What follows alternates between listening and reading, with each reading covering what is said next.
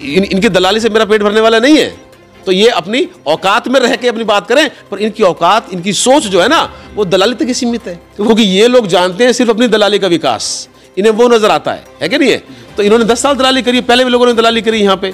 तो आप जनता से पूछिए कि ये सारे जो काम हुए हैं, इससे आम जनता के जीवन पे असर पड़ रहा है। कभी आरोप लगाते हैं इसका क्या बोलते हैं, भ्रष्टाचार का, गोताखोरी का भ्रष्टाचार। और मैंने खुद अपने करोड़ रुपए की जमीन दान दी है ताकि बच्चों का हॉस्टल बन सके, अपनी तरफ से जमीन दान दी जी। तो सलाम नमस्कार दोस्तों, मैं हूं आपके साथ सालिम रजा और आप देख रहे हैं इस वक्त मेरे साथ मेवात की आवाज न्यूज नेटवर्क। दरअसल दोस्तों, इस वक्त मेरी मौजूदगी राजस्थान प्रदेश की नगर विधानसभा में है और नगर विधानसभा से कांग्रेस विधायक चौधरी वाजिब अली जी मेरे साथ हैं।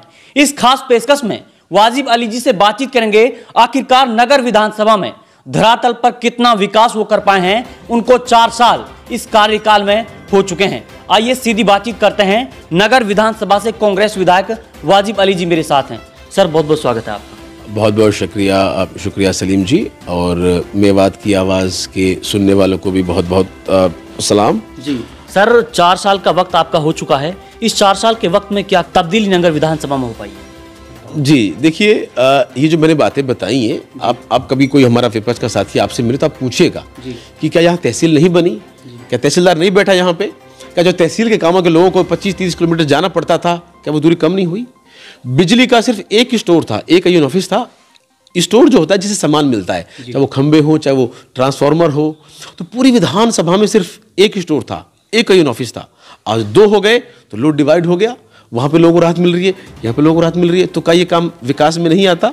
लेकिन ये एसडीएम ऑफिस पहले एक था, आज 2 हो गए। 2 जगह विवाद सुने जाते हैं, 2 जगह अधिकारी बैठे हैं, 2 जगह फाइलें का निपटारा हो रहा है। तो क्या ये विकास नहीं है? जहां जालूकी और खो के लोग डीग जाते थे, जालूकी के लोग नगर आते थे अपने काम कराने, आज वहां उप तहसील बन चुकी हैं और उप तहसील नायब तहसीलदार बैठ चुके हैं, रजिस्ट्री चालू है, जाके कराइए रजिस्ट्री। तो क्या ये विकास नहीं है? बिजली घर हमारा जो सबसे बड़ा यहाँ बन रहा है, अब बनने में तो देखो टाइम लगता ही है, पर आप जाके देखिएगा 40 बीघा के अंदर इतना बड़ा बिजली घर बनना, बिल्डिंग तैयार हो चुकी है। 40 बीघा के अंदर बन रहा है वो बड़ा बिजली घर, पूरे जिले का बराबर बिजली घर है। भरतपुर में और अलवर के बाद सबसे बड़ा बिजली घर जो है यहाँ बन रहा है, विधानसभा के लोगों को उसका लाभ मिलेगा। तो वो लोग, क्या ये विकास नहीं है?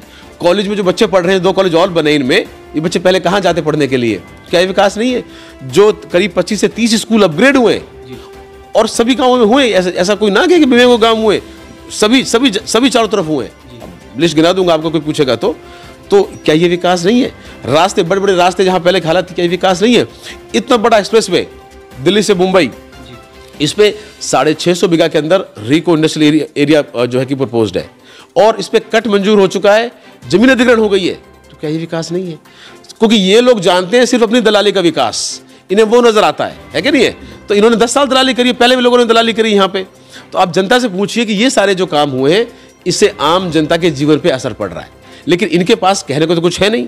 कभी आरोप लगाते हैं इसका क्या बोलते हैं, भ्रष्टाचार का, गोताखोरी का भ्रष्टाचार। और मैंने खुद अपने करोड़ रुपए की जमीन दान दी है ताकि बच्चों का हॉस्टल बन सके, अपनी तरफ से जमीन दान दी जी। मैंने खुद ने अपनी, और वो भी सबसे पहले, अब तो लोग और दान दे रही होगी, 3 साल पहले, क्योंकि बच्चियों का हॉस्टल बनना था, शिक्षा मिल पाए हमारी बच्चियों को, अपनी निजी पर्सनल जमीन दान दिए ताकि हॉस्टल बने, लड़कियों के लिए हॉस्टल बने, शिक्षा के लिए, क्योंकि इलाके में शिक्षा की कमी है उसके।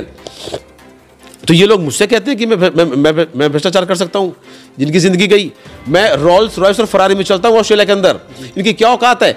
20-50 करोड़ का टैक्स भरता हूं मैं, मुझे इनकी दलाली से मेरा पेट भरने वाला नहीं है। तो ये अपनी औकात में रह के अपनी बात करें, पर इनकी औकात, इनकी सोच जो है ना, वो दलाली तक ही सीमित है, वो कमीशन तक ही सीमित है। सर, पिछले स्तर के मुकाबले में एजुकेशन कितना % ठीक हो पाया? देखिए, स्कूल अपग्रेड हुए, कॉलेज बने, तो जो पहले से जो बच्चों को जो चीजें वो मिल तो रही है, शुरुआत तो हुई है, पर ये हमारा क्षेत्र बहुत पिछड़ा था, बहुत पहले से यहाँ काम जुड़े थे। अभी भी हमारे यहाँ बहुत सारे स्कूल हैं, चाहे वो कुमार हेड़ी का है, चाहे वो रविदासपुरा का है, जो 5वीं तक के स्कूल है, जो 50-50 साल हो गए 5वीं तक के स्कूल हुए, किसी ने पहले ध्यान नहीं दिया। हम प्रयासरत हैं, 4-5 स्कूल तो 5वीं के अपग्रेड हुए, 10वीं के हुए, अगर 8वीं से 12वीं हुए, नए सब्जेक्ट यहाँ खुल रहे हैं। तो एज ए जनता का प्रतिनिधि, देखिए मैं कोई स्टैंडिंग अथॉरिटी नहीं हूँ, राइट? अलग अलग डिपार्टमेंट हैं, उनके मिनिस्टर्स हैं, मेरा काम है जनता की आवाज़ उठाना, और मैंने इन 4 सालों में भरपूर तरीके से जनता की आवाज़ उठाई है। आप मेरी विधानसभा की कार्रवाई देखिए, आजकल तो ऑनलाइन क्वेश्चन मिल जाएंगे आपको, ऐसा कोई विभाग नहीं रहा जहां मैंने विधानसभा में जनता की आवाज़ नहीं उठाई। और जितना बन पाता था उतना मैंने किया। मैं ये नहीं कहता कि मैं कोई भगवान हूं या सारे काम मैंने कर दिए, लेकिन जितनी मुझसे कोशिश हो सकी, अब से पहले जितने जहां प्रतिनिधि थे मैंने उनसे ज्यादा काम किया है। धन्यवाद। बहुत बहुत शुक्रिया सर तमाम बात। बहुत शुक्रिया सलीम जी, आप सबके। ये देखिए दोस्तों, ये थे नगर विधानसभा से कांग्रेस वर्तमान विधायक वाजिब अली जी, जिन्होंने अपने कार्यकाल की एक लिस्ट आप लोगों के साथ साझा की है। किस तरीके से 4 साल के कार्यकाल में किस तरीके से धरातल पर वो विकास कर पाए हैं।